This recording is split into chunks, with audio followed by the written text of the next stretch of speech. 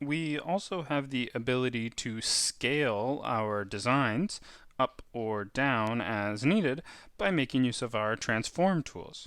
So again, I can do this in Shaper 3D very easily by navigating to my transform tools, and just below my move rotate, I can find scale. Again, alternatively, I can make use of double tapping to select whichever object or design I might want to scale. Take a look on the left-hand side. Notice just below Move Rotate, I have Scale coming up. So I can tap to select Scale. And now to use my Scale tool, very simple. I can just pull on this Scale tab to scale my design up or down as needed. And the scale tool can be useful for a number of reasons. For example, in 3D printing, if you want to scale something down just to print out a scaled version of your final design.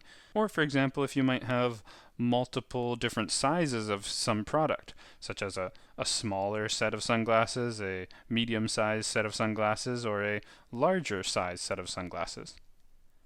Now, in addition to scaling an entire body or an entire object, I can also scale entities such as faces or edges. So I could tap to select just this top face here, for example, choose Scale from my available options, and scale just this top face to be larger or smaller as needed. I can also scale individual edges, so I can tap to select an edge here, for example. Again, use my scale tool and scale this edge up or down as needed. So, as we can see, we can actually use our scale tool to create some fairly complicated shapes.